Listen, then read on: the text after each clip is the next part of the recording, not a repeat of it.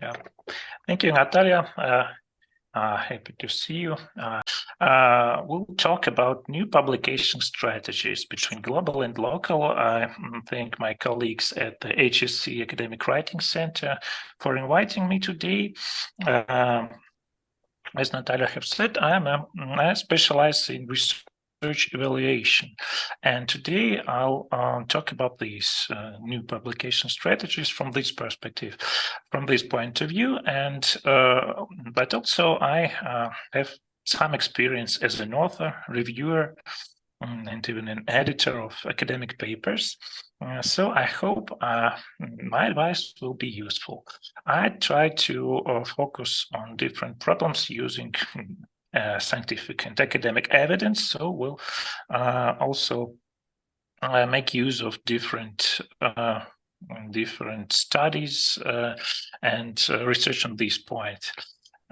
Today we'll talk about several key issues and questions. We'll start with the methodology. Let's talk about application strategies and how should we pursue these strategies and why is it important. Then we'll proceed to brief overview of different evaluation regimes in different parts of our Mother Earth. We'll talk about how do they evaluate papers and their authors in Europe and the United States, in different parts of Asia, and of course in Russia. So today I'll focus on the differences between these different evaluation regimes and evaluation environments, because this is what's important when building your publication strategy. And we'll try to conclude with the rational choice for everyone who wants to pursue their academic careers everywhere. So my point today is that it is possible to focus on your publications in such a way that they will enable you to build your career everywhere and be successful in different evaluation regimes. And then we'll look at some useful tools for you to actually choose where to publish and do it strategically. I hope that this talk will be useful, but I encourage you also to ask me any questions and provide any kinds of feedback. You can do it using our chat. You can so you can write your questions there, and Natalia will forward them to me. If you want to say something using your mic, please do it. That will be a nice addition. And your perspective is very important here because naturally I'm no expert in this topic. Nobody is an all-knowing being when we're talking about ever-changing publication environments and in different, especially in knowing that all the fields of study are very different in this regard. So why should we strategize? Why should we talk about publication careers and talk about choosing where to publish? This is natural because there are many constraints, and we have many constraints, and our resources are usually low, and competition in academia is very high, extremely high in some areas, actually in most of them. And the further you are going up to the top, the higher is this competition. Goals as academic people are usually shifting, and also as not only academic people, but people in general. And the environment that surrounds us as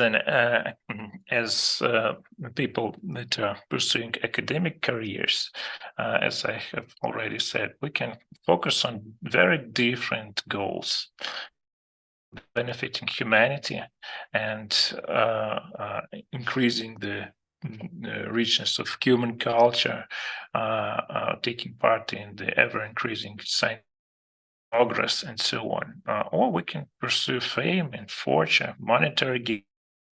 We can pursue some goals connected with the goals of our countries that we live in. Pressure is increasing. That's also very important. We can pursue academic, not only academic, but also administrative careers and powers. And also some of us are trying to maximize minimizing work effort. But today we'll focus on the goal that I've stated using phase. It is successful academic career. So that what we publish increases for being successful in academia everywhere in the world. As I've said, I think that is perfectly possible if we try hard enough and use our resources strategically. That's important. And also, this is a nice picture that I've drawn with the help of AI, showing portable Russian academicians moving somewhere. And what's important to add here, if we're talking about fundamental sciences, not applied, but basic sciences, it's important that the results of scientists in these basic areas of research are open to anyone in the world. So whenever you are pursuing your career, you are benefiting everyone, including Russia, of course. For example, we all know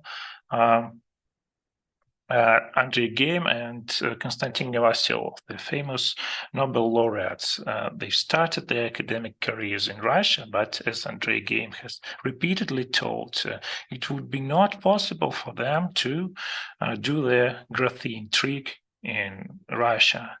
They could do it only in England, but still their incredible discovery benefits also Russia in great, in many different ways. So wherever you try to continue your academic career, that's important for the whole humanity. Here, the same picture depicting female Russian academics. So you know that the first one, I've asked AI to just draw Russian scientists, but still when this DALI 3 neural network has produced this picture, I've seen that there are no female researchers. There's a great source of bias. So I had to draw another one. Our academic careers are built from different elements, and these elements are quite simple to list here. Of course, there's knowledge. What do we know as researchers? What is our experience? Some skills and competences, our results. So this is what we'll focus on today, and our academic reputation, and all these different career elements. They're different, so they're distinct. Results, of course, are connected with reputation, but that's not the same. And of course, there are many elements which are here grayed out, but still very important. We'll won't talk about them today, but they're also important, and many of them are manageable by you. So you can. I don't advise you to change your gender to pursue better academic career, but still, this is possible also. What's important here that we focus on results and reputation and the interplay between results and reputation, and how do we display these results for the people, for other people, for those people who want to hire us, to engage in different collaborations, and so on. Now, how do we display and prove these results? Naturally, this is done using symbolic capital, which, when we're talking about academia, boils down to several important dimensions. The first one is education, the second is work experience. So here we're just talking about the typical academic CV, curriculum vitae. And the third one is the most important today. These are the publications, so we can treat them as symbolic capital, the way of showing your results to your colleagues and those who are interested. So these publications are the better part of the academic symbolic capital, the most important, because all the rest, like work experience, they're probably harder to discern for the outsiders. Publications, they exist and they show what results you have. We'll focus today both on traditional types of publications like journal articles, books, and so on, and also novel types, which are becoming much more important nowadays. Also, there are several other dimensions of academic symbolic capital. Very important one is the next one. It's your experience in obtaining money, funding, research funding. It is very important. I focus on this despite our talks about focus on publications. It's very important to notice that in almost all the other academic evaluation environments in other countries, this is of paramount importance. So, for example, in the United States or in Europe, your ability to attract research funding could be even more important than your publications. Of course, you should have some publications, but when you have demonstrable results in acquiring research funding, that's very important. In Russia, it's not so important. That's why I focus on this. Of course, also the last one, it's the different types of community service, reviewing, for example, serving on the editorial boards or in the program committees of different conferences and so on. This is what is perceived by the academicians themselves as very important, but it's rather difficult to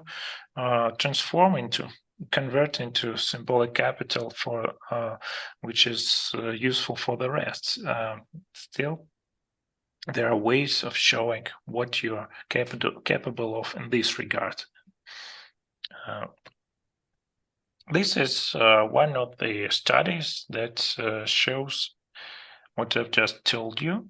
This is a rather recent study, and it shows the perceived importance of different.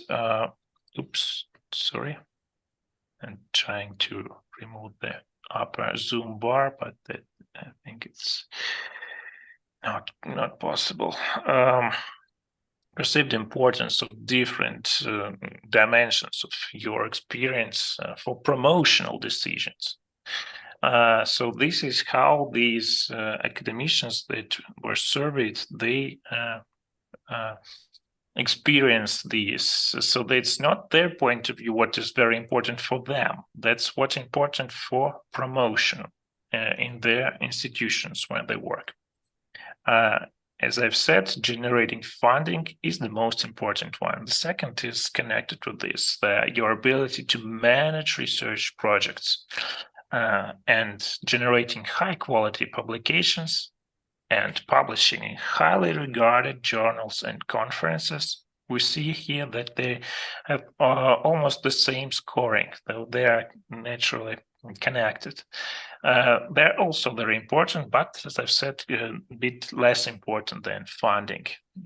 It should be noted that the majority of the people that were surveyed They are in Europe and the United States, Canada, and so on. So that's a bit of the Western perspective, Western point of view.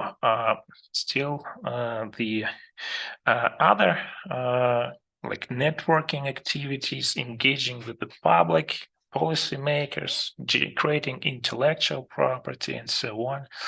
The practices of open science, these community activities, engaging in peer review, and so on, they are much less important, sadly.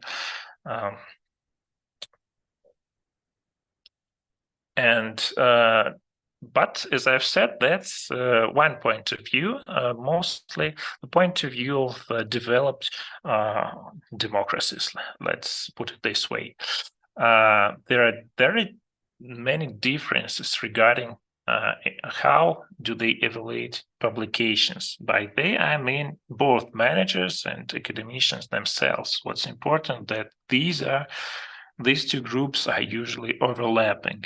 There are almost no managers without an academic background. There are some, but they're very rare to meet. So, or even in Russia, all those who are managing science and academia and different universities, they are researchers themselves. Still, as I've said, there are very many differences in this regard. Of course, many of them boil down to the differences between different academic disciplines and fields of research.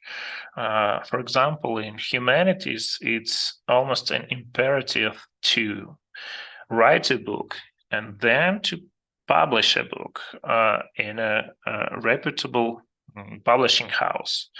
Or, for example, in Russia, it's not, maybe it's better, it's not that much important where do you publish a book in Russia and what publishing house. But in the Western world, this is very important. There's a clear ranking of academic publishers. You know that such rankings are also used in the High School of Economics that our university is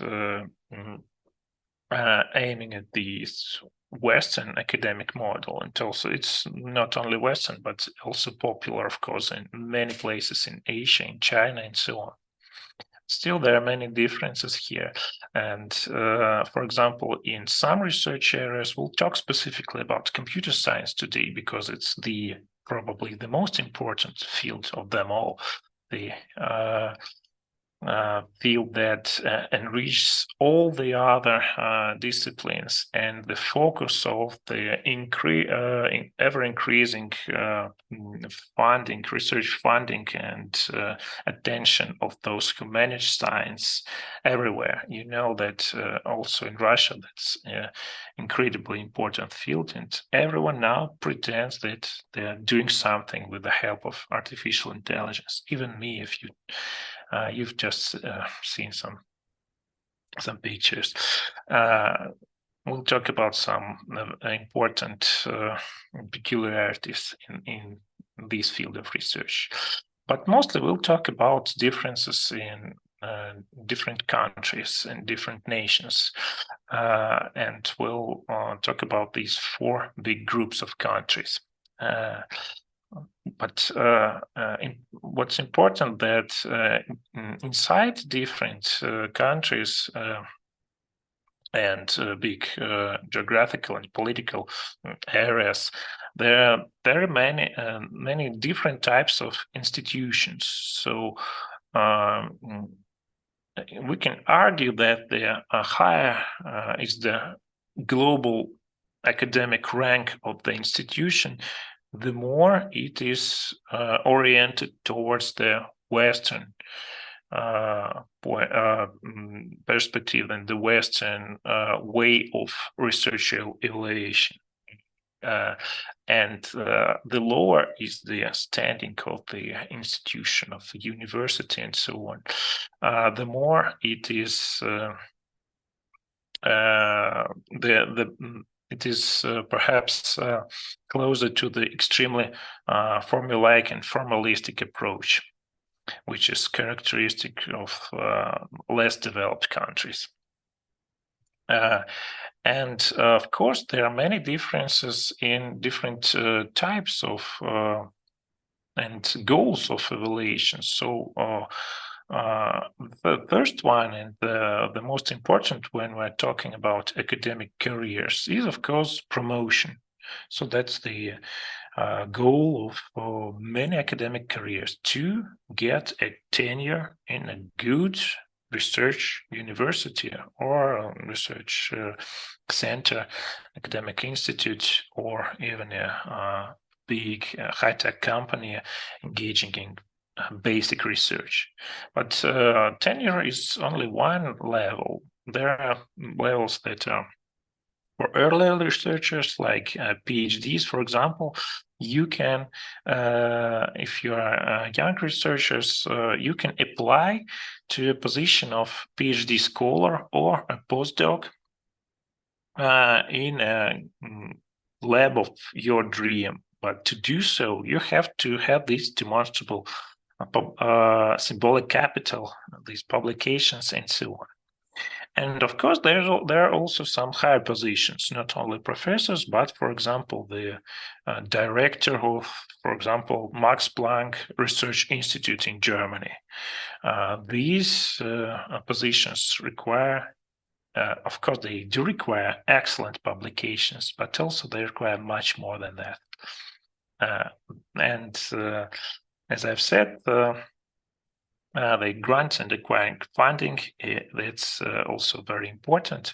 But still, the grants themselves and the procedures of choosing a winner, they also are heavily based on evaluations of publications. But as I'll show in a couple of slides, the role of publications here could be very different. Of course, it's also important that many commercial entities and business units and companies, they also evaluate researchers, for example, in the context of venture capital and so on. And publications are also important in this regard. Probably not extremely important, but still very important. So what I'm trying to say, that academic papers are required in almost all the steps of academic career. So now let's talk about these different evaluation regimes. We'll start with Europe, the place of birth of the modern academia and modern research universities, academic journals, book publishers, and so on. A lot is going on there. And I'll start with this assumption that there are many changes in how in Europe they do evaluate researchers, but still these changes are mostly a reaction toward formal approach, formulaic, simplistic, mechanistic approach. It is still very important for many countries. So let's take a look at one of them. I hope my links will work as intended today. So what we see here is a letter of some notable Spanish scholars. One of them is perhaps known to some of you today. I know him. It's Ismail Raffles, one of the authors of Leiden Manifesto of Responsible Research Evaluation, proud patriot of not Spain, but Catalonia. But that's not important here. What's important is what they are calling for. I call for radical change in research evaluation in Spain. What's the point?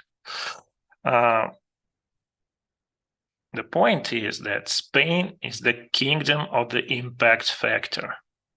In Spain today, it's impossible to enter, advance, or succeed in any field of scientific research without publishing a substantial number of articles in journals with high impact factor or similar metrics like Scimaga journal rank. There's these infamous Scopus quartiles known to almost every Russian scientist. Also, they are widely used by the Spanish Foundation for Science and Technology. They have also their internal journal ranking. And no academic field is immune to the domination of the impact factor. That's a problem.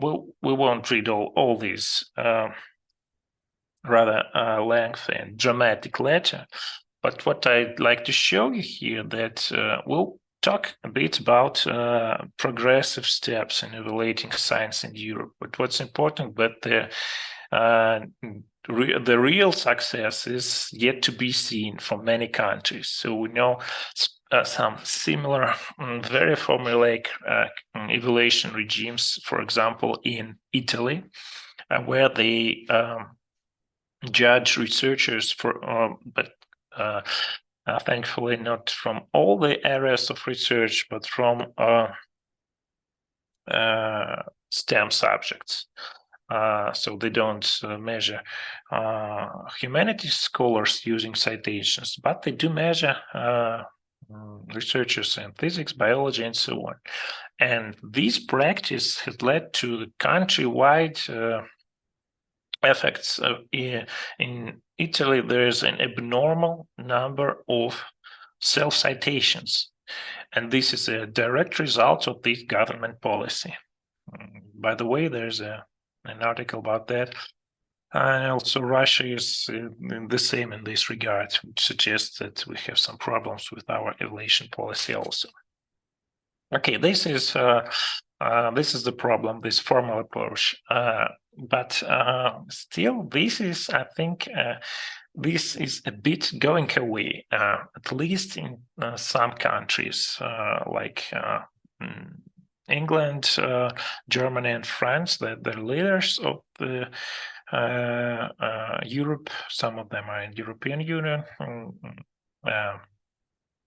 England is no more, but still, they are not using these metrics directly. For example, if we look at the academic job listings, this is a nice way to I advise you to look at these different academic jobs and positions and so on, even if you are not going anywhere.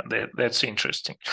How do they put what they want from the people that were searching? They are using some vague phrases like substantial research experience abroad and strong knowledge of econometrics. And this is the position in economics department of leading British university.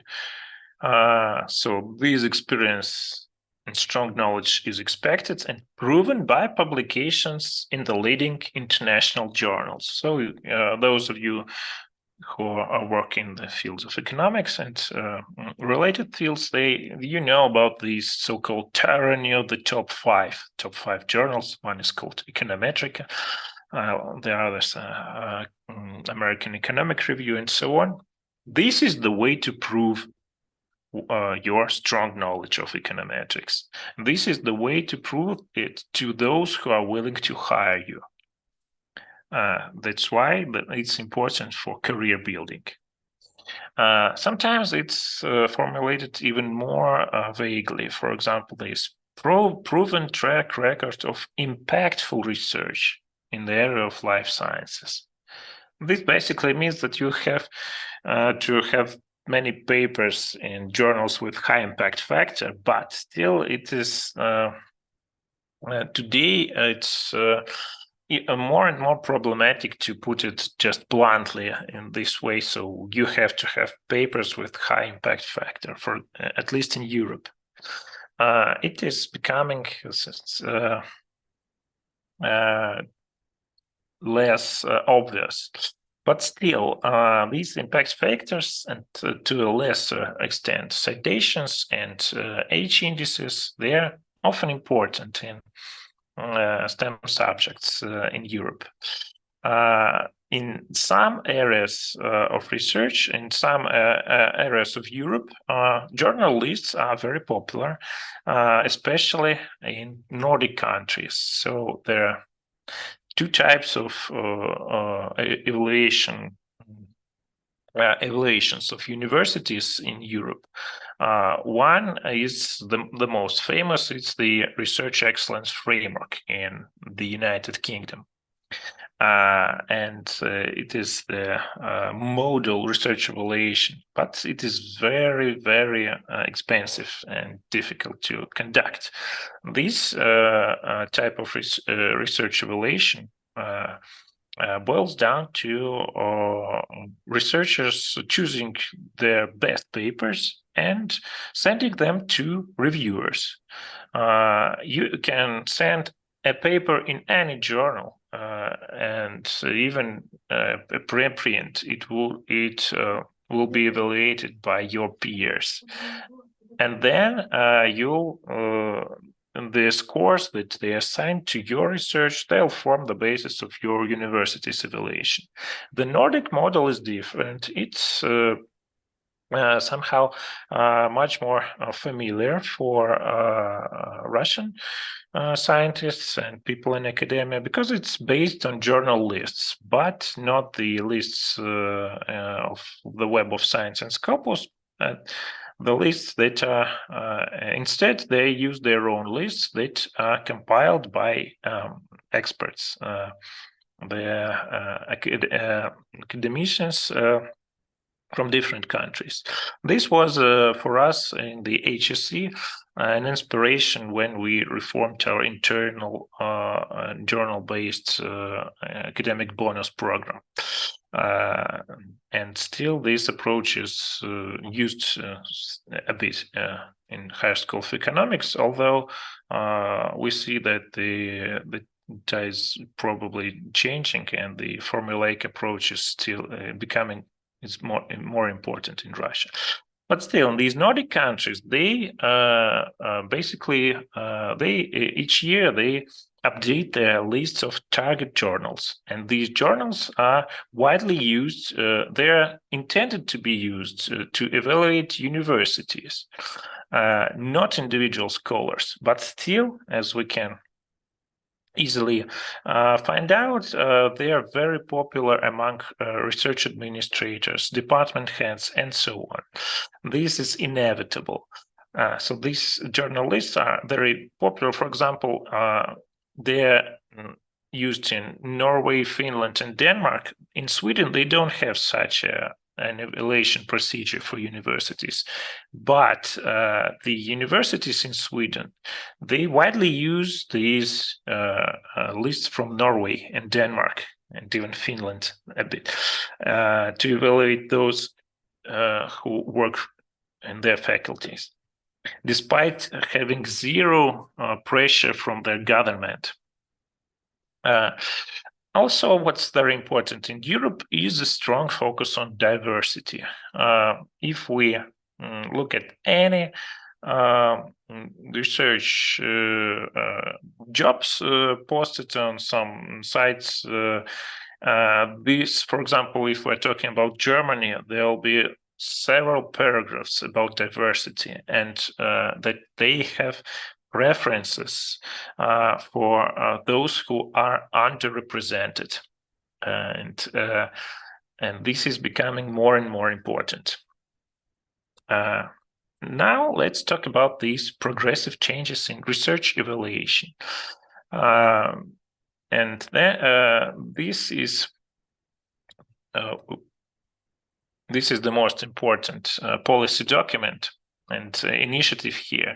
It's called Coalition for Advancing Research Assessment, COARA, and this is the agreement, but still we have first to look at the members who have signed this agreement to reform research evaluation and research assessment. This is the list. You can browse it after our talk. I hope that my slides will be made available for everyone with these links. So just to take a look, the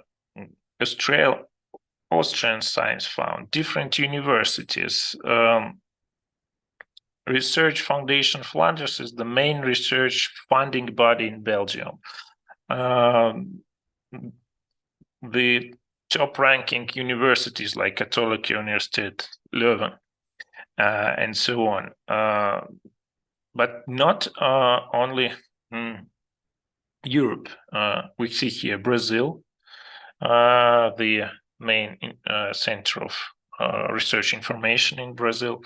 We see here Canada, the main research funding body of the Quebec province. And Chile, very wide geography. Czech Science Foundation, some universities in Denmark, European-wide, different research bodies, some Estonian Research Council, and so on. So that's a very long list. And this shows that this initiative is really important. I probably won't exaggerate if I say that almost no one in Russia knows this initiative, at least among those who evaluate researchers, Italy and so on. Now let's get down to the agreement. So what's important here? Of course, it's available for everyone, and it is the first draft was signed in the year 2022. What does it encompass? So the assessment of research performing organizations, research units, funding, projects, and individual researchers and research teams by those who give them money for doing research. And this agreement focuses on specific challenges. And we've seen an example of these challenges a bit earlier in Spain. So these are the principles. Comply the ethic, integrity, rules, and practice. Okay. Safeguard freedom of scientific research. That's great, but, well, not very important. Autonomy of research organizations, also great. But what's really necessary to know? Focus research assessment criteria on quality, reward the originality of ideas, and results beyond state of the art. Okay. But that's a bit trivial. What's more important, that's to recognize the contributions, different types of research contributions, not only papers, but different types of contributions. Then we proceed to diversity. Diversity is not always diversity in terms of gender or race and anything like that. It's the diversity of research activities that matters, diversity of research practices, diversity of research outputs, and also diversity that fosters sharing and collaboration.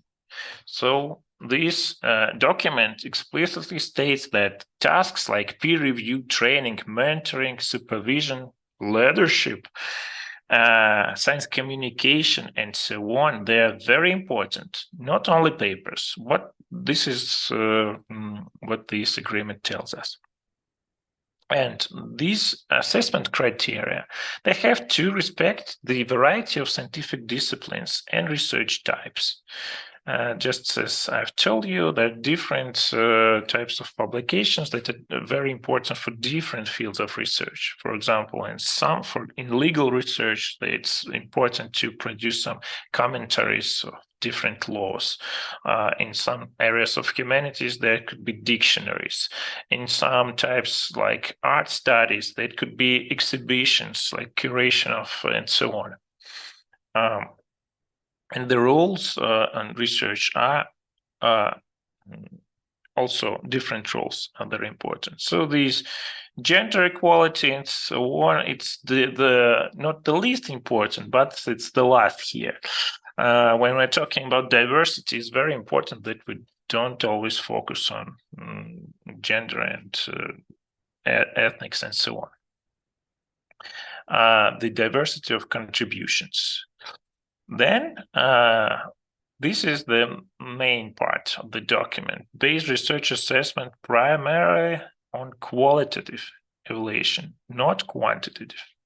Quantitative is important as a support for qualitative judgment. So, for example, this means that you cannot use impact factors, journal quartiles, H indices mechanistically. They always have to be just supporting primary qualitative evaluation.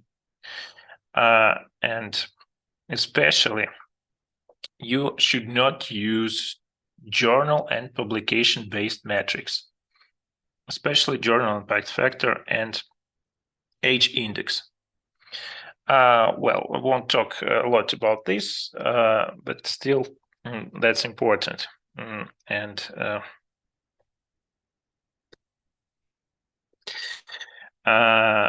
This commitment will reduce the dominance of a narrow set of these publication metrics. This is why it is important.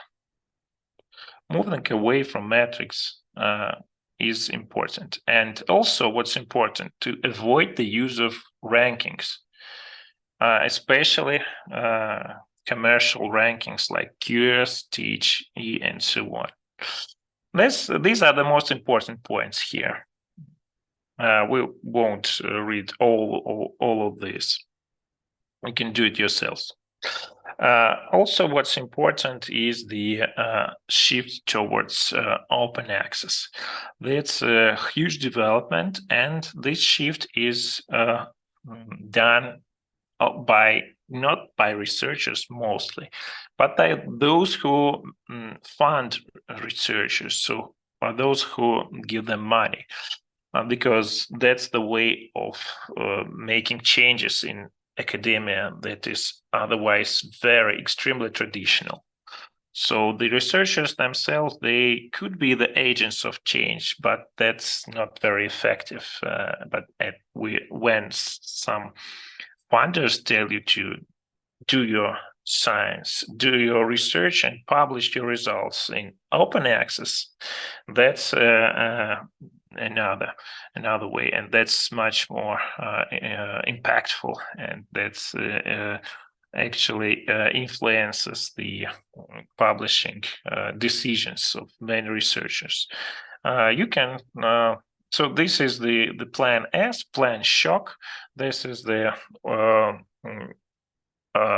initiative of many funders in Europe and also in other countries, not only government funders, but for example, Wellcome Trust, Howard Hughes Medical Institute, they're the two biggest funders in biomedical sciences, Bill Gates Foundation, and so on.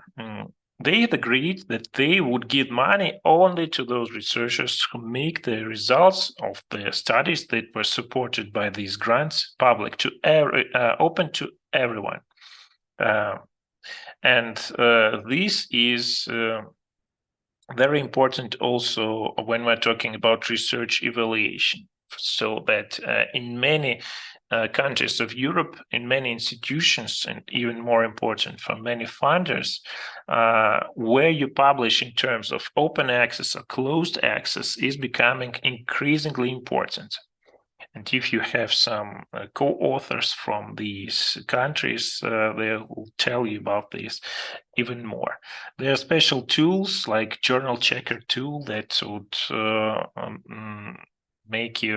help you to find the right journal and so on. I'm won't focus on this for long, but still, I think that is a very important development, and the same process is currently gathering steam in the United States. So they've in the previous year, they've adopted a plan to make all the federal funded research completely open in the year 2025. But not only research papers, but data sets and research code and scripts and so on. There's if we look at the shares of top papers from Europe and the United States, the top authors, institutions, they're still very high. Of course, China is surging, but still, I think this push toward open science that is done by the European governments, funders, and by the United States will transform the science practices globally. And of course, it is hugely beneficial for Russia in the dire situation of subscriptions that are available, not available for many Russian institutions. So this open science and push towards open science is saving Russian science also. But today we'll focus on academic careers. I just want to notice that that's important in this regard. But of course, it's also difficult because open access means that someone has to pay. Someone has to pay to the publishers. The gold open access is the dominant strain of open access. Of course, diamond open access, which means that scientists do not have to publish. It's the best one, but as you can see, it's not even nearly popular. That creates huge problems for those in Russia who want to publish in the best journals, because most of them in the course of the next years will be gold open access journals, and you'll have to pay to publish there. Let's move toward the United States.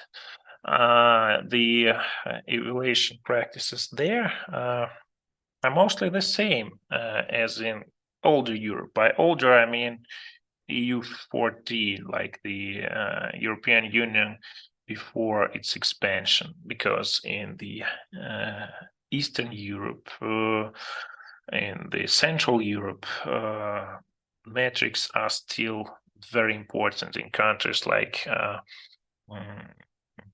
Slovakia, Romania, Bulgaria, and so on. They mostly using the bases like Web of Science and Scopus as whitelists. In Turkey also. So we're talking about mostly this older Europe. But in the United States, the huge difference is that there are just less evaluations. They don't have any national university evaluation at all. No research excellence framework or Norway model. No, they just don't evaluate Harvard and compare it to Stanford. Of course, there are some commercial rankings. So many of you know US News and World Report is the most important ranking for the United States. Still, they don't use QS, for example. It's not very popular there. They use this US News ranking, but that's purely a tool for those who mostly for parents and those who prospective students for choosing the university. It's not a tool for evaluating research strength and distributing funding. This means that there's less focus on formulaic and mechanistic evaluation and on the evaluation procedures, more focus on reputation. Also, this means that there's less focus on open access, but as I've mentioned earlier, this is rapidly changing. You can Google Nelson Memo. It's the policy document outlining the strategy regarding open access. But also this means that there's less push towards responsible evaluation because just there's less evaluation. American scientists and academicians, of course, they are in the environment that is extremely competitive, but this competition is usually not framed in terms of how many papers with impact factor do you have. It's also used, but it's used more informally. Let's look at some surveys. This is the survey conducted by British Medical Journal and survey of top institutions that have faculties in biomedical sciences. And this survey, that's not a survey. They did not ask any researchers, but they collected different documents outlining the rules of promotion and so on. Not only in the United States, but also in many other countries. What's important here is the importance of these traditional criteria.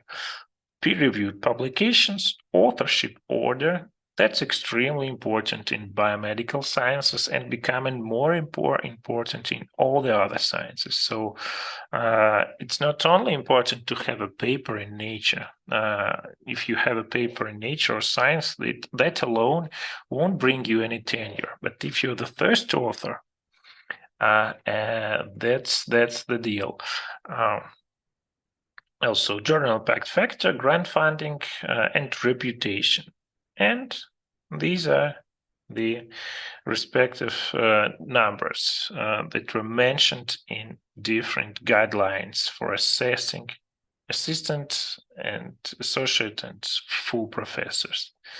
What's most important is peer-reviewed publications, then it's grant funding and reputation. So this authorship order is important and even more important than impact factor. Still not very important. Less than half of these guidelines have mentioned impact factor explicitly. But still, impact factor is widely used. There's a often cited survey of different academicians. It was the news about it were published in Nature, and this is the results that these universities and these documents used for promotional decisions. So these studies, like the previous one I've mentioned, they mention impact factor, but less than a half of them. That was a huge surprise for the authors of this study. They thought that this bar would be much higher. I don't know why, but they thought that everyone is evaluating everyone with impact factor. No, that's not the case, at least as they themselves have found out. But still, that's perhaps more important for research-intensive institutions compared to those who are focusing on teaching. The opposition to the usage of impact factors and metrics is noticed, but I don't think that it's going strong. There's a San Francisco Declaration of Research Assessment. This is probably the most important reaction of the academic community. So this declaration was initiated not by funders, but by the scholars themselves. And this declaration, it's widely used. It's even translated in Russian. There are some signers from Russia. You can sign it also. This declaration says that you should not judge researchers basing on the journals that they publish their papers. And explicitly, you should not use a journal impact factor. Still, you can read this declaration. There's a plethora of different news and resources. They have initiated an important project called ReformScape. ReformScape is a database of responsible research assessment practices and different documents. You can look at the different countries and institutions that are collected in this database, how they do evaluate scientists responsibly. This is all good and actually important. Many countries, many policies, and guiding good conversations, and so on. But still, let's look at the not so great American university. And this is important because most of us,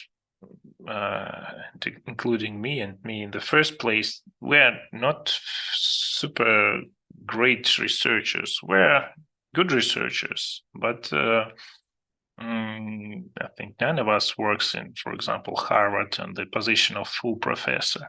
Still, that's why these policies of some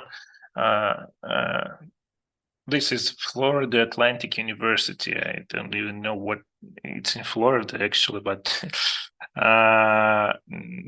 that's it's not very well known. This is the documentation regarding promotion and so on. This is a new one, so it's from the previous year. You have to provide when you're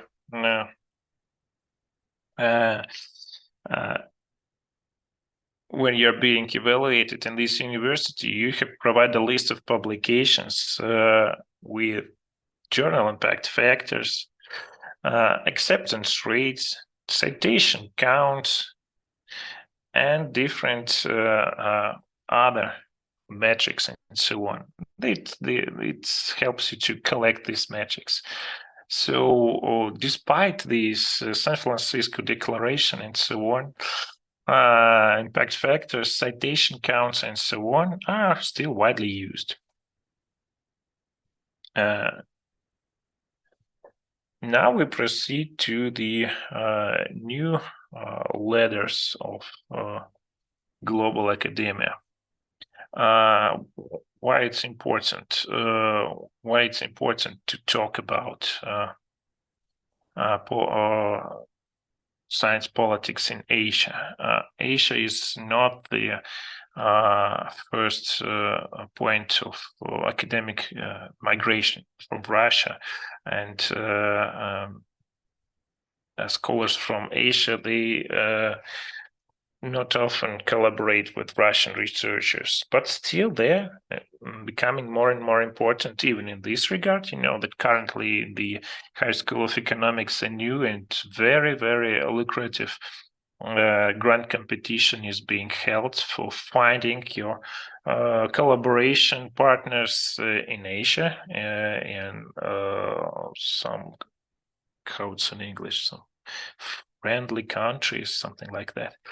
They are kind of friendly sometimes. It is important also because India and especially China, they are the global leaders in publication counts. For example, if we look at the, for example, Leiden ranking, this is the only research university ranking that I can recommend.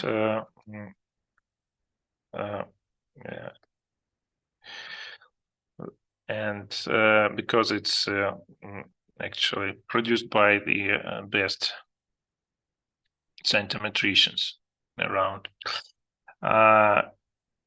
This is the current edition of this ranking. It is based by the number of publications in international journals, not all the journals in the Web of Science and Scopus, but the best in terms of international standing and international citedness and so on. This is the current global top of research universities, and Harvard is number one. And then, oh, you see these red flags. These are the Chinese universities. Just in the course of several years, they have outperformed all the rest. And we're talking about good papers, not some papers in some dubious journals. This ranking could also be ranked using citations. Of course, the picture changes, but not very dramatically. Zhejiang University, Tsinghua, Peking, and so on, they're still at the top. So they will lead the global academic research in the 21st century. China is already publishing more papers in good journals than the United States and Europe. And India is also rapidly advancing. But these countries are very different. As I've said, better universities, they gravitate towards these responsible evaluations like they do in the European Union, USA, these COARA, DORA, and so on. If you look at the job postings by the top universities in China, or for example in Saudi Arabia and so on, even in Saudi Arabia, you'll read about diversity, and you won't find impact factors there. But the rest of the universities and the rest of the countries, some countries like Indonesia, for example, they are widely used very simplistic bibliometric instruments like Scopus or even Google Scholar and so on. And India is somewhere in between here. This is the most important journal whitelist in India. It's called University Grants Commission list.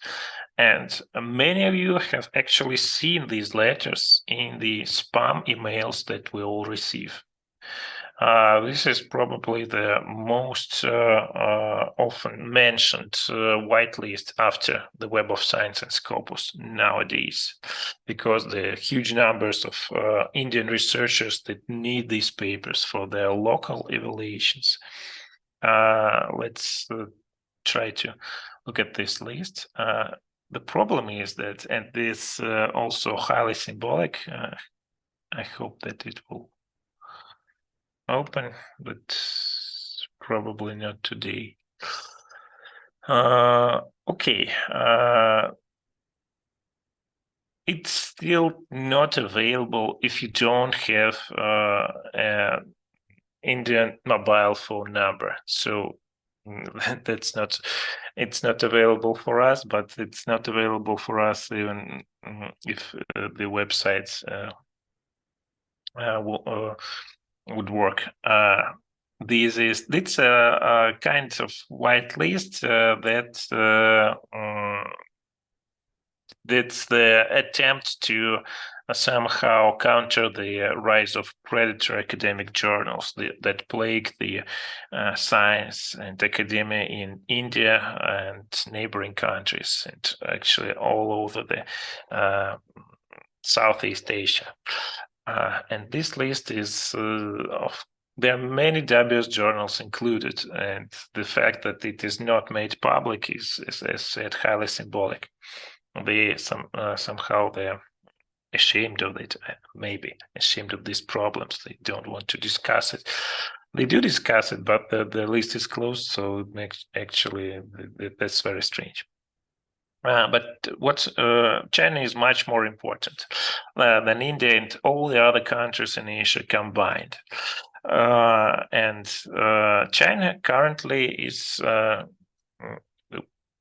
so, there's a very possibly wide-ranging reform of academic research evaluation. Different publications were for many years evaluated using the Web of Science database. So China was another kingdom of the Web of Science. They call the Web of Science SCI. So this SCI worship is the cult of the Web of Science, this Science Citation Index. It's how the Web of Science was called in the early days of Eugene Garfield. So this SCI worship reflects the fact that the publications in the Web of Science, and not only journal impact factor, but what's specific of China is the heavy usage of the highly cited papers metric.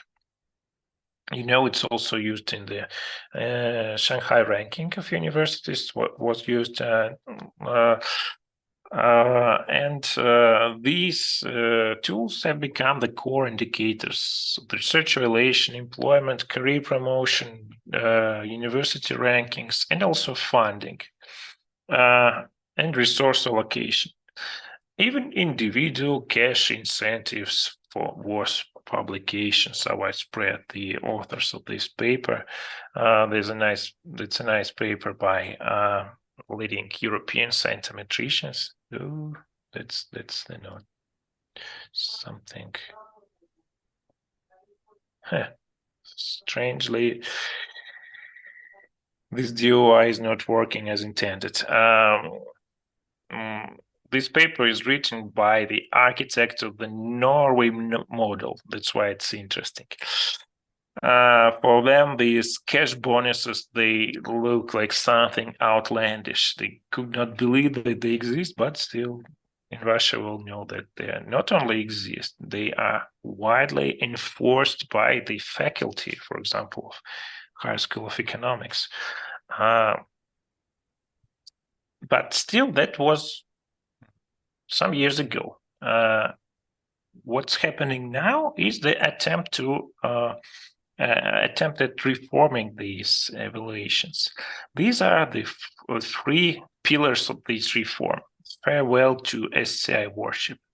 That was even promoted by the party leadership, by Hu Jintao and so on.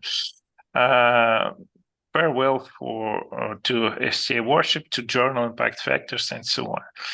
Then the next point is moving from metrics to peer review. So that's on the surface, it looks like just like what they do in Europe. Then the next point is a bit different. New priority to local relevance. This means that the papers in Chinese journals would be ranked much higher nowadays. This is connected with the global coronavirus pandemic. How come? When this pandemic started, Chinese scholars rushed to publish the new results they've obtained in the top international medical journals, like The Lancet, British Medical Journal is open, like New England Journal of Medicine, Journal of American Medical Association, and so on. The journals with the highest impact factors. Most of them at that time, they were not open access, but subscription-based. And it turned out that the majority of scholars and the wide majority of medical professionals in China did not have access to these papers. That was a huge scandal. So that was an embarrassment. And it somehow served as a catalyst for this change. But we don't know if this change is really being implemented. there are almost zero signs of this happening. There are several papers trying to somehow to find out what happens in China. One of these papers, the recent papers, was written by my colleagues, Andrei Guskov and Denis Kosякov from Russia. You can easily Google this paper about how science is evaluated in China. But still, there are these proclamations, there are these strongly worded policy papers, but still almost zero signs of this happening. The many universities in China, they still judge their and evaluate and rank their scholars based on papers, and those who have papers in the best journals, their salaries can be several times higher. That's very important. So here we see at least an attempt to change the situation, but still we don't know how it will play out in the long term. That's important. So still, I think the importance of publishing your results in top international journals, it's still very important also for China. And this is, of course, clearly demonstrated by the Leiden ranking and many other similar metrics. So the Chinese universities are surging just in terms of publication counts. Now, these publication counts for them are paramount. This is what they're aiming at. And this is also important because these what I've just told you, the situation concerning the papers on coronavirus that were not available for Chinese scholars. This is rapidly changing because of these open access policies of Europe and the United States that managed to somehow reform the academic publishing system globally, so that the commercial publishers like Elsevier, Wiley, Taylor, and Francis, they bowed down to this pressure, and they told that they will make their top journals open access. This means that they will be available to the huge to the thousands, millions of Chinese scholars. So this problem will go away. And that was one of the, as I've told you, one of the most important problems for China. They are practical people. And this is the new practice.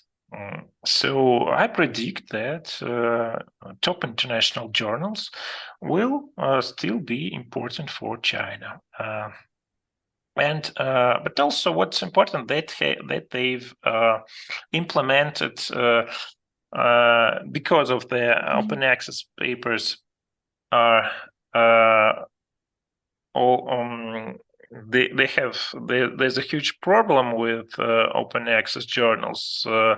They have to publish more papers. Okay, so let's move to Russia.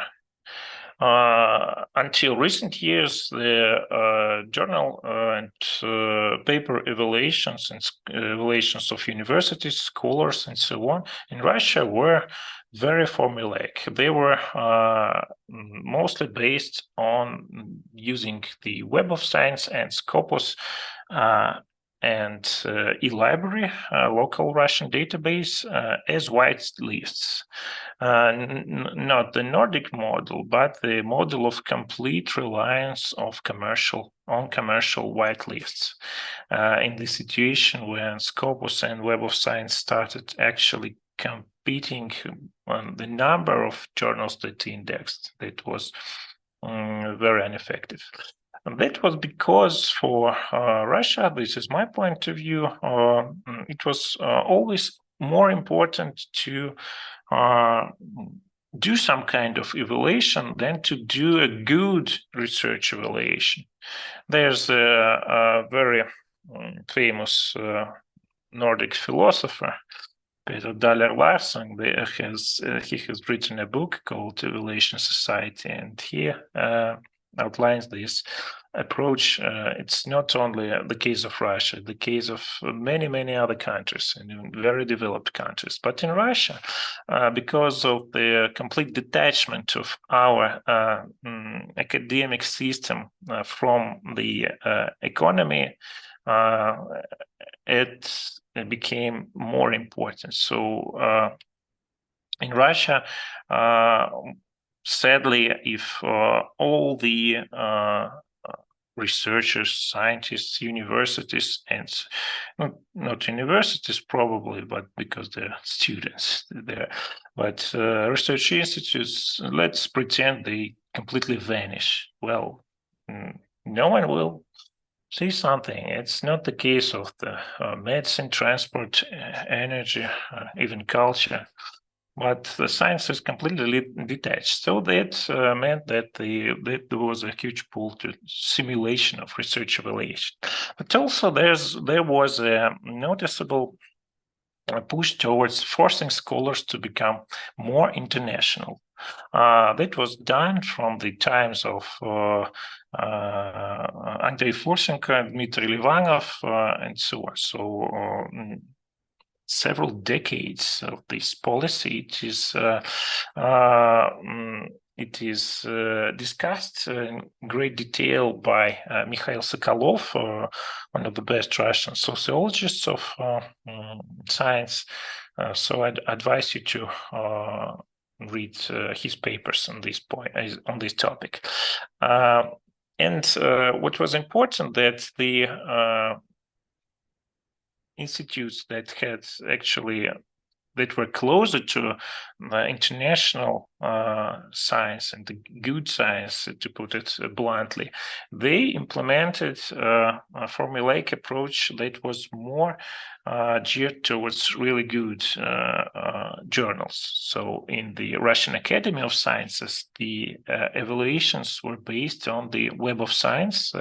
It was called some complex points of public. In Russia, it's called KBPR. So it's a formula that was basically weighting the papers using journal impact factor, the Web of Science journal impact factor, and also implementing fractional count. And in the for the universities, for the 1,000 or so Russian higher education institutions, the approach was completely different. Any metric will go. For example, once I was one of the universities approached me and told me that each year we have to submit our publication count to the Ministry of Science and Education. We've always written there that we have 100 of papers in the Web of Science each year, but we don't know actually what's the real number. Could you help us? And I looked up the database, and it turned out that they had only 8 papers there, but nobody cared. So the evaluation was going on, but and that's highly symbolic in the regard of the top national priorities. Like some of you probably remember that more than 10 years ago, our president formulated a goal that Russian papers should account to 2.44% of all papers in the Web of Science. But nobody knows, did we succeed in this or not? And nobody cares. The same is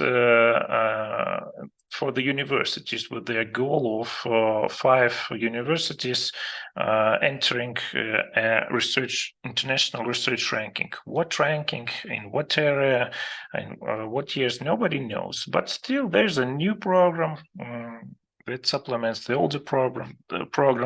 They also have some metrics. This, I think, explains the a bit the current pause in metrics usage. So we know that the Web of Science and Scopus are not available in Russia. Actually, they are available, and there's a strong demand for these metrics, and there's a black market of access to Scopus and Web of Science and selling data from this database. But officially, they're not available, and Russian government does not use them. There's a sort of the pause officially implemented in using these metrics, but it's of course already several years, and the local system of evaluation, according to government decrees, it had to be implemented in the year 2022. Then 2023, now probably in the end of this year. But this, as I've said, this limbo is the situation of uncertainty. It's kind of too long, because I think it benefits everyone in the middle level. I'm talking about university leaders and officials in the ministry and so on. They are also, of course, evaluated using metrics. And the situation there, when they are not evaluated, at least for some years, that's hugely beneficial for them. That's why this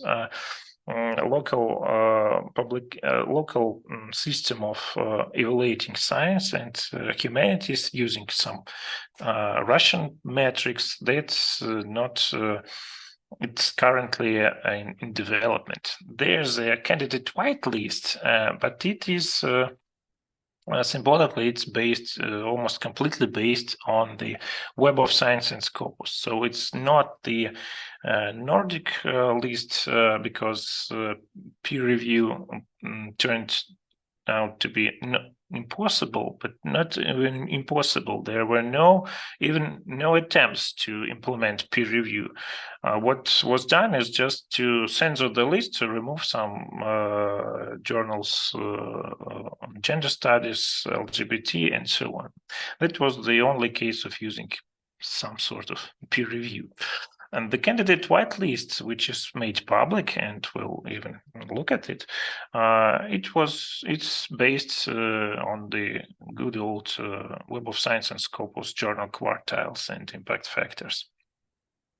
And the strong demand from metrics is, of course, it exists, but it's stemming from the developments of new ways of governing Russia using different information technologies, what's called Gostech in Russia. So there's a part of this Gostech is it's called domain academia, domain nauka, and of course such an approach requires metrics. So that's another push in the opposite direction. For those who are evaluated by metrics, they don't want they are happy with this pause. But those who evaluate those who are actually managing universities and those at the ministry, they want more and more metrics to be implemented in this Gostech. We'll find out how it all works out. What's important is the strong focus on one area. It's artificial intelligence. It's the most important area of research nowadays in Russia, if we judge by the attention that it's that's geared towards this area right from the top. And there's a local ranking already in place, and it is based on conference paper counts and some journal counts. So this is a formulaic approach that was quickly implemented because there's a real demand for quality probably in this crucial area, more focus on quality and more connection with the industry, economics, and even daily lives of people. Let's finish with some country comparisons. So we can do it rather easily using Google Trends that shows the prevalence of searches in Google, not Google Scholar, just normal Google, across different countries of the world. So now we are looking at the search trends of the past 12 months for 3 topics: peer review, impact factor, and Scopus. So the impact factor is the leader, clearly the leader. There are no dramatic shifts. Maybe impact factor is on the rise, but, well, difficult to see. And when we look at the regional map of the world concerning these 3 types of research evaluation. For example, this is the top scoring countries for peer review: United States, Canada, New Zealand, Australia, strangely Philippines. If we change to impact factor, what we see here: China, Taiwan, South Korea, Hong Kong, and so on. Israel also. In Israel, universities are evaluated using a formula which is kind of like the formula used in Russian Academy of Science, and it uses impact factor. So this push towards farewell to SCI worship currently, yet it is not happening. It's worth noting that Google is banned in China, but it's widely accessed using the VPN and so on. If we switch to Scopus, Indonesia, Colombia, Malaysia, Italy uses Scopus as the basis of their research evaluation and the source of these citations. This problem with self-citations is because they measure them using Scopus, not because of this, but just they've chosen Scopus instead of the Web of Science. But also, if we look at Russia, we see that Scopus is a clear leader here. So these are the numbers for Russia. Scopus, it's dominating. For example, if we look at the United States, Scopus is virtually non-existent there.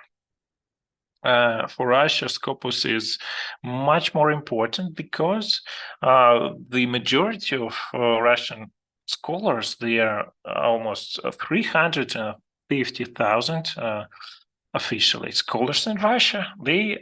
For them it is difficult to publish in top international journals. In the Web of Science, the Web of Science, despite recent expansions, is still more selective. That's why Scopus plays a huge role in Russia. This is also complemented by serious studies. Google Trends are good and they encompass very large number of searches. It's a really big database. There are also other studies, and this one shows that the preference for bibliometric indicators is more marked in low and middle income countries. Yes, we've talked about this. And also what's important, that there are studies that show us that younger researchers favor metrics and venue reputation, like journal rankings and reputation of journals, more than the older ones, which means that in the future, of course, it's natural because the younger journals are those who need to get that tenure. The tenured professor, they can say, oh, I don't care about these journal impact factors. But for the younger scientists who pursue their careers, that's important. But still, that means that these metrics approach that won't go away. we have to somehow focus on these journals. Also, well, a bit about different types of scholarly activity. Let's look at the profile of one of the researchers in the field of computer science, Max Rybinin, who is a distinguished research scientist at Together AI. It's a California-based, highly successful startup in artificial intelligence, as far as I know. Also, he is currently teaching at the HSE, but that's not important nowadays. What's important, what he shows the world about himself. Google Scholar profile, that's very important for anyone. Semantic Scholar, we've talked about it in the previous seminars. And GitHub, that's important because that's how many researchers of course, in computer science, but also in increasing number of other areas are being evaluated. Even I have a profile in GitHub and even some stars there. There are some sorts of ranking there. So social sciences, physics, mathematics, everyone who's somehow implementing different scripts, codes, and so on, they should share them with the world and showcase this. That's a nice way to showcase your research, how it's important and available to everyone. LinkedIn is, I think we should not talk about it in Russia. Oh, that's even worse. Okay, the publications of Max Rybinin.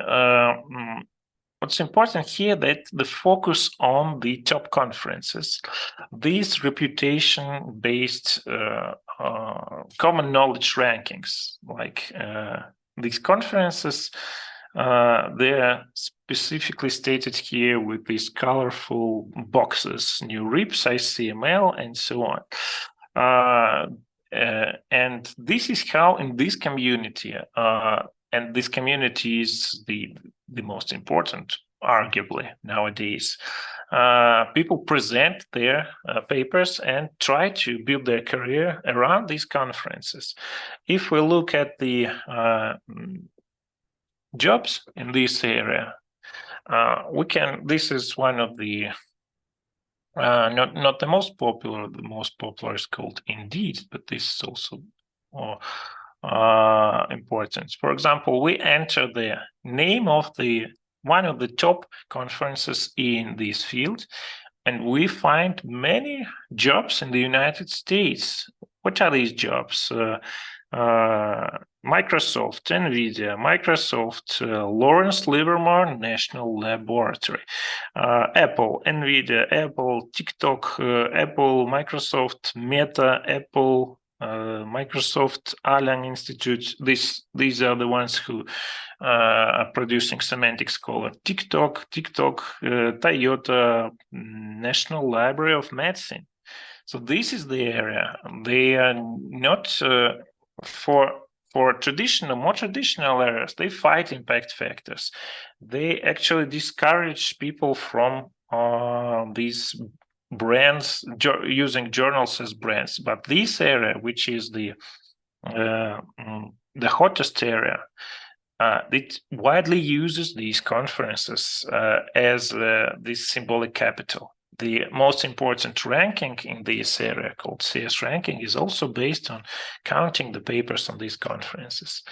So the situation is very ambiguous. I don't think that this push towards responsible metrics would be highly successful. These are the contradicting trends here. The advice here, of course, is to keep your Google Scholar profile in a good shape. Also, Scopus and ORCID profiles are probably also important, but the Google Scholar profile is the most important. And the advice is trivial. So if we are building a research career and we want to be successful everywhere, we should aim at the center and the intersection of different types of different evaluation modes. high metrics, local whitelists, and the journals, publishers, conferences, and so on that are respected by international researchers and leaders of the field. So this is trivial. I don't think that comes as any surprise for you. That this is difficult, as of course this is extremely difficult, for example, for those areas of research that are more oriented towards local culture, for example, like humanities and law, and some probably other areas, in social sciences maybe, but still. Then there's a room for choosing some journals that will be in this intersection, and the papers in these journals will serve you anywhere. That's difficult. And also these boundaries are changing everywhere, but well, academic career is always perceived as a difficult one, but I don't think it's actually more difficult like any other career, like medicine or something else. There are a lot of difficulties, but a lot of possibilities. That's the last slide, and these are the tools that will help you to find the journals and the venues that are situated in this sweet spot. We have like 10 minutes left. If you have some questions, please write them, or even connect with your microphones. But now we'll browse through some of these links. So the first one is the one of the Nordic lists, the Norway list. It is available in English. You can.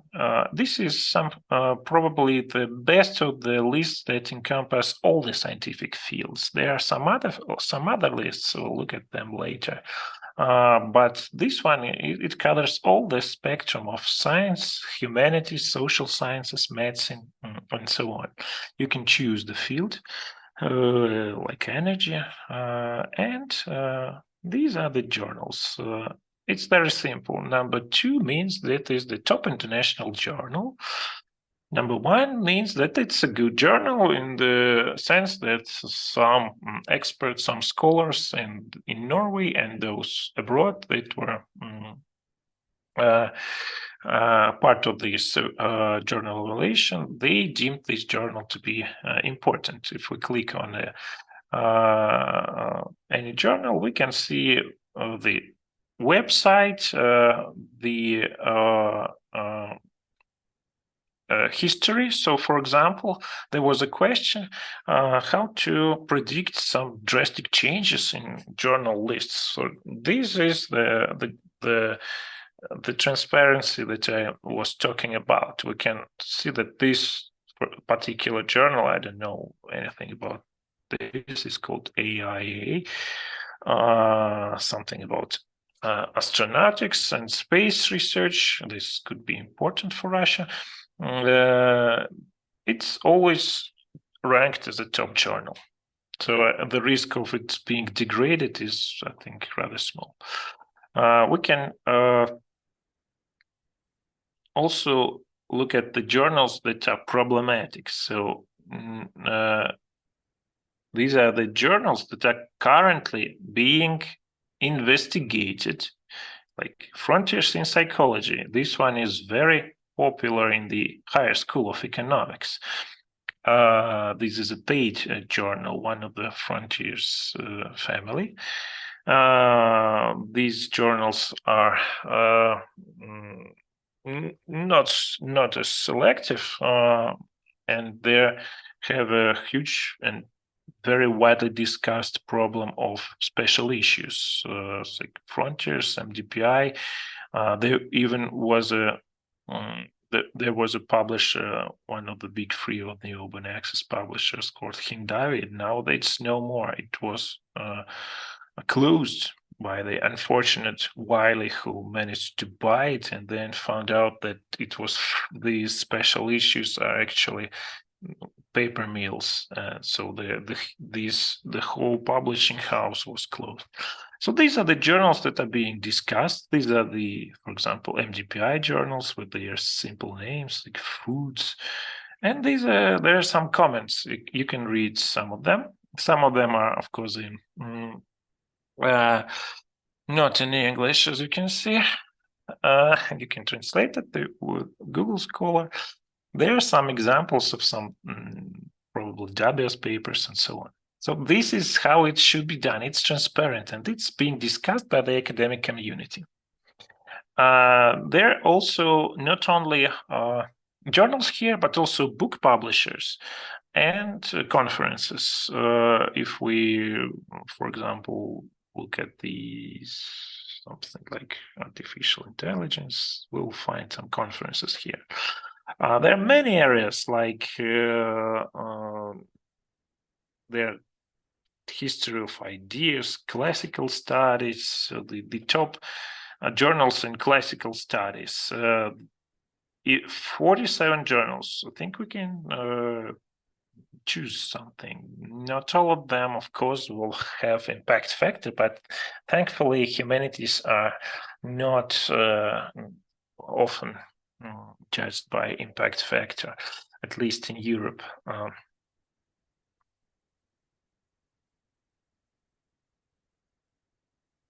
The other whitelist is the Russian one. Why should we focus on it? I think that's the candidate whitelist that I was talking about. Why candidate? Because it is not legally implemented. It is produced by it. No one knows if it is official. There are no documents implementing this list. There are many journals here. I'm showing you this because of it is a nice tool to focusing of where each journal is indexed. And this historical abstract and so on, you can find a lot of information about particular journal here. And clicking on these journals will get you many links to external databases like OpenAlex, Wikidata, and so on. You can use them to further know something about the journal. There's some many information, many graphs of different metrics from Scopus, from OpenAlex, and so on. Even this nice map of, well, I don't know what this map means. Seed concept of, okay. A lot of information here. You can download all these lists and use them in, for example, Excel or something like that. Basically, it's a huge database, but as I've already told you, it's not a white list in the sense that all these journals are actually good. There are many journals that were delisted from the, for example, list of Norway. They're still here. Probably some journals were removed, but they were removed because they were removed by the databases, like Web of Science was Web of Science removed impact factor of the leading MDPI journal, and that led to this journal being excluded from this database. This shows the reliance of on external whitelists. There's a highly selective lists for those who are working in the natural sciences. It's called Nature Index, and it's produced by the not the editorial office of Nature, but part of the Nature Publishing Group. This is the list. It contains like 150 journals in the areas of physics, chemistry, biology, earth sciences, and medicine. There's, for example, no journals in mathematics, sadly. But the rest of them are quite good. This is a conventional. This list is probably the closest to the conventional, the cream of the cream list, like many venues from nature, but they are not. Of course, they are based on the elaborate procedure of asking different experts around the world, not selected by the editors of Nature. They have some journals from. Some of them are open access, some are not. But it's a conventional list of the top journals in STEM subjects, some of the STEM subjects. The list produced by Anne Wilharsing is a journal meta rank. So there's a, we won't look at it for a long time. Anne Wilharsing is a professor of management originally from Australia, currently in the United Kingdom, and she collates many white lists produced by different business schools, by Financial Times, and so on. You know, economics and management, they're obsessed with rankings. These are the areas that quite like different rankings, and of course they implement their rankings of the journals in these areas. So it's management, accounting, economics, finance, and so on. And Will does a great job of collecting all these lists and producing these journal quality meta lists for those who work in these areas. This very nice resource. Directory of open access journals, it will help you to browse the open access journals. Some of them are without fees. So if you have no money to pay, and so for often publishing in top open access journals is extremely expensive, like $8,000 and so on.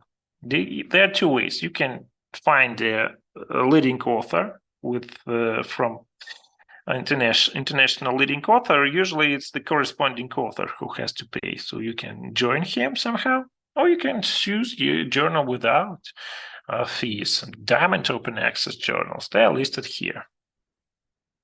SciRef is the site that collects the reviews of different academic journals by scholars. So if we, for example, have chosen a journal for us, Scientometrics, for example, we can see the reviews of scholars who published or tried to publish in this journal. That's a nice perspective. You can somehow, if, for example, you were rejected by some evil scholar who supposes that you are Russian and support Russian government, like our university leadership does support Russian government, and you can go to this site and write a review that such an editor is forfeiting the academic ideals of being apolitical and so on. The list, the final four, my time is running out. I'll just mention them. Master Journal List from Clarivate is actually now it's a service for automatic suggestion of journals. So you have an abstract, you just paste it in this service, Master Journal List, and it's based on the Web of Science, and it suggests you journals to publish your particular manuscript. The same services from Elsevier and Wiley. Of course, they focus on the journals of Elsevier and Wiley. And the last one is a nice one from Open Access Community. And it's a new, it's called Bison, and it helps you to find a suitable open access journal by leveraging semantic and bibliometric methods. It's heavily based on different neural networks, but also the idea is the same. You paste here the abstract of your preprint or manuscript, and it suggests you a journal. The journal will be open access, both paid and free. And this service collects a lot of information about different journals, but what's important that you double check the details like costs, APCs on the journal homepage. Well, that's it. And yes, so there are no questions. And this means that we've completed today's lecture. Well, that's it. So thank you.